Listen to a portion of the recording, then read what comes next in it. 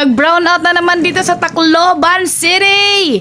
6 to 6 na naman ang brown out mga sangkay. Pero don't worry. Ayan, magpapailaw na si Mayor. Habang kami ay busy dito sa kusina. Oh, ayan. Pak, kaway-kaway Randy. Ayan. Meron na kaming ilaw at saka electric fan. Yay! Yala, tuwang-tuwa.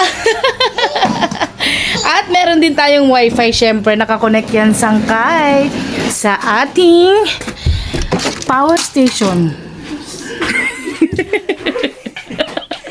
Ayan. May power station. Open ang ating power station. Yay! Ayan. Para malaman natin kung ilang percent na lang. O, diba? Medyo mahaba-haba pa yan. Order na kayo mga sangkay.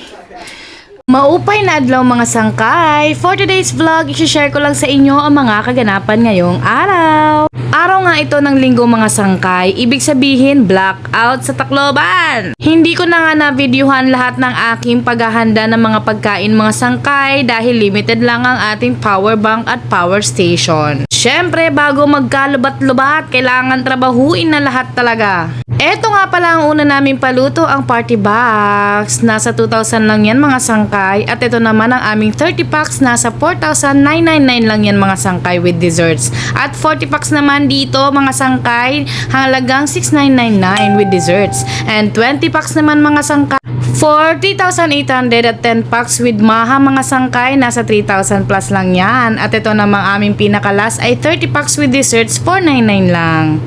Maraming salamat po sa mga umorder. Babat na babat.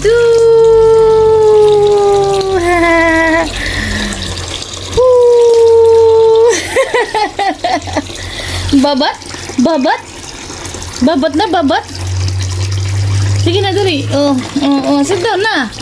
Swimming pool. Aborido na nga ang aking bunso, kaya ayan, naisipan kong paliguan siya sa planggana at dun muna siya magtampisaw habang hindi pa kami nakakaalis. Pagkatapos nga namin mga sangkay magluto, ayan, pumunta naman kami ng Mayorga para naman maki-aircon.